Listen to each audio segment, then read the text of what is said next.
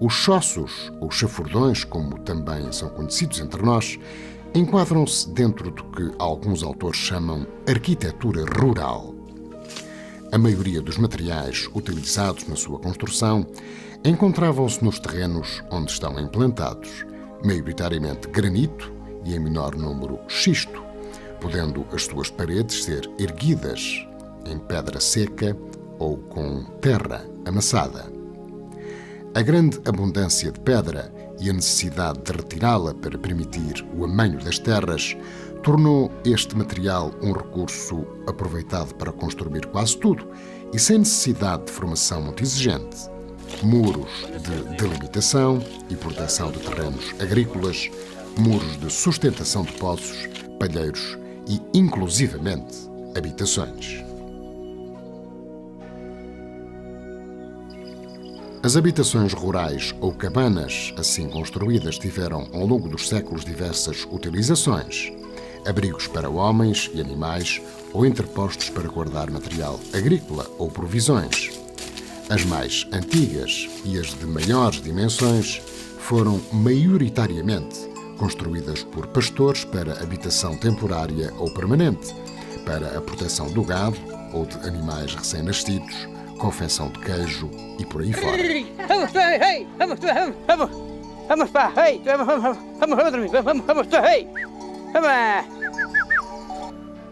Igualmente numerosas, mas de menores dimensões, são as que foram construídas por lavradores e vinhateiros. As arquiteturas tradicionais são depositárias da capacidade cultural das populações se adaptarem e modificarem o meio ambiente, mesmo quando se trata de estruturas muito elementares, como é o caso dos chossos.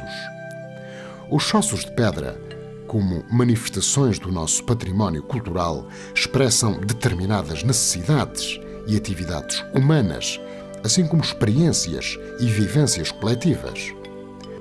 Os chossos são uma manifestação arquitetónica bastante singular que, apesar de aparecerem em lugares geográficos muito afastados entre si, apresentam sempre pontos de contacto e semelhança quanto à forma e ao tamanho. Estas construções, para a maioria dos autores, são uma continuidade das casas pré-romanas que têm a sua origem no Neolítico. Também são muitos os que querem ver nelas uma reminiscência do que foram os castros celtas. Um ou outro chosso dos existentes em Aldeia do Bispo foi utilizado como habitação temporária excepcionalmente permanente ou abrigo ocasional de pastores e agricultores, mas a regra geral como abrigo para o guarda da vinha e como armazém temporário de utensílios ou produtos fitossanitários.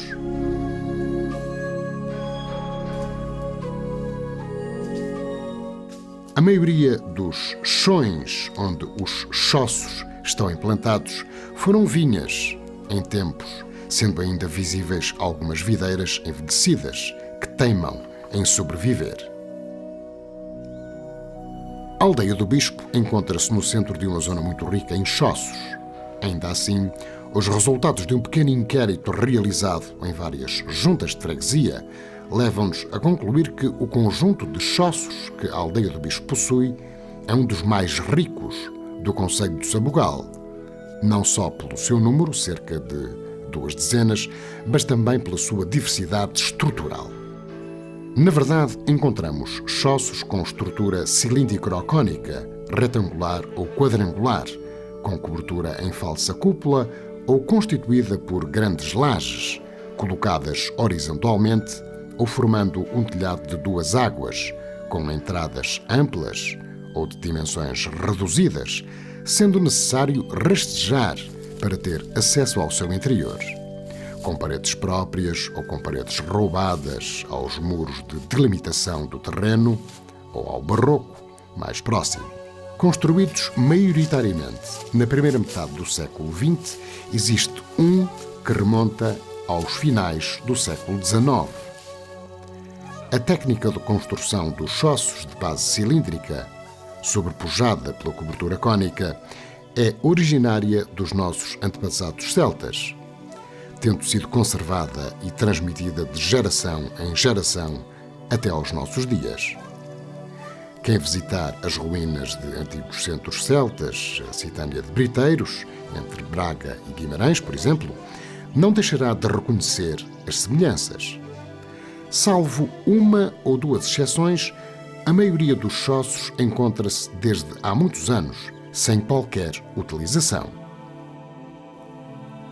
A maioria dos chossos encontram-se em precárias condições de conservação e, apesar de ter desabado somente o teto de um deles, são visíveis rombos nas paredes, em muitos outros deslocação e queda de lajes ou deslizamento de terra de cobertura, pelo que urge iniciar obras de manutenção.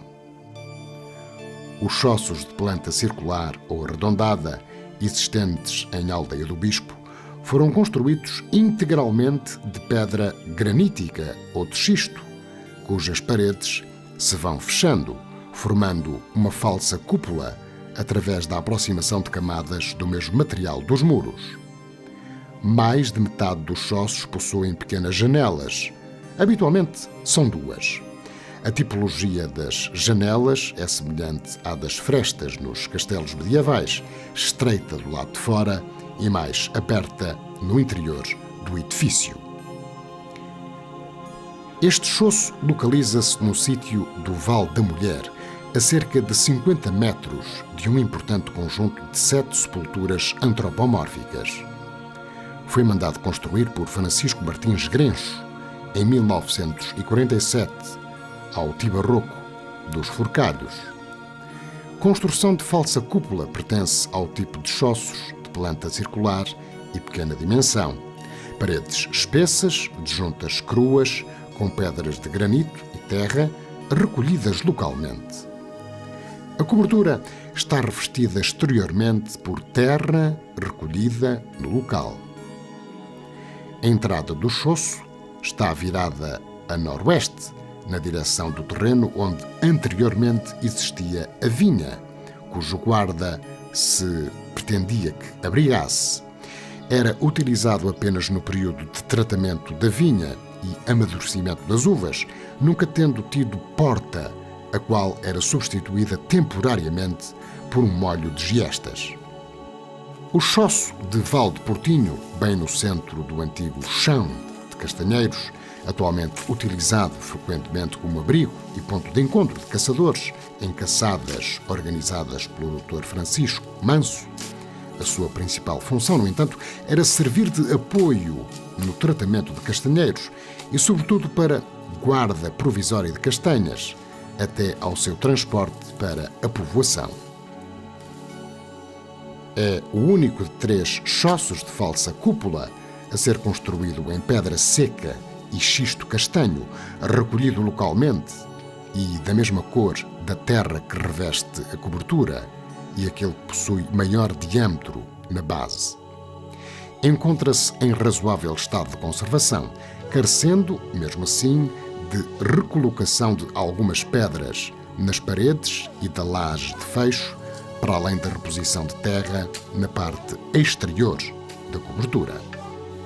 Este choço localiza-se no sítio das Eiras, a cerca de 50 metros do caminho para o Prado Castelhano, atualmente no meio de pinheiros e giestas. Situado em terreno arável, encostado bem ao limite da propriedade, assenta inclusivamente uma das suas paredes laterais no próprio muro da linde. Foi construído com pedras secas de granito de diferentes dimensões, semelhantes na forma e no tamanho a muitas outras que se encontram nas paredes à sua volta, o que denuncia a proveniência dos materiais e justifica naturalmente a irregularidade de espessura das paredes. É o choço que se encontra mais próximo da freguesia de Aldeia do Bispo, sugerindo ter sido utilizado como abrigo de recurso em intempéries repentinas e inesperadas. Pertence ao tipo de choços de pequenas dimensões e planta em forma de U, como parte da parede posterior e da cobertura arredondadas. Na cobertura, precisamente, foram utilizadas várias lajes de diferentes dimensões.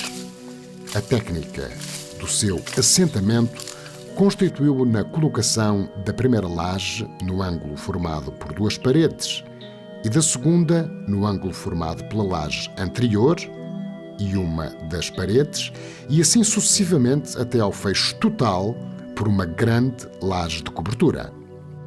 Não possui lareira ou nichos interiores, existindo apenas uma pequena janela virada a oeste. O estado de conservação é bastante precário, encontrando-se uma das ombreiras da entrada em deslizamento, o que, ao suceder, poderá levar à derrocada total da cobertura. Este choço localiza-se no sítio do Prado João Vaz. Foi construído com pedras de granito e terra amassada. Possui uma estrutura em que sobressaem as pedras angulares e de travamento em granito e de dimensões significativas, colocadas estrategicamente. De planta retangular, possui como principal característica distintiva uma cobertura de duas águas, constituída por lajes de grande dimensão, uma das quais com uma superfície de 335 cm², entretanto quebrada, suportadas por duas cumeeiras de madeira. A abertura virada a sudeste permite um acesso fácil ao interior. Nas paredes norte e nascente existem duas frestas, possuindo ainda dois nichos interiores. Embora não tenha chaminé ou orifício específico para o escoamento do fumo, o fogo foi acendido com regularidade no seu interior.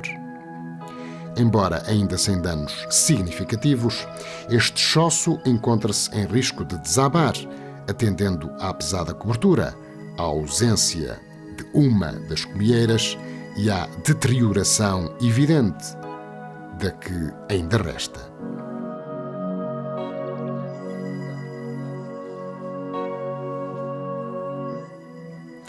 Este choço é o exemplo acabado do partido que os nossos antepassados tiravam dos recursos que tinham à mão.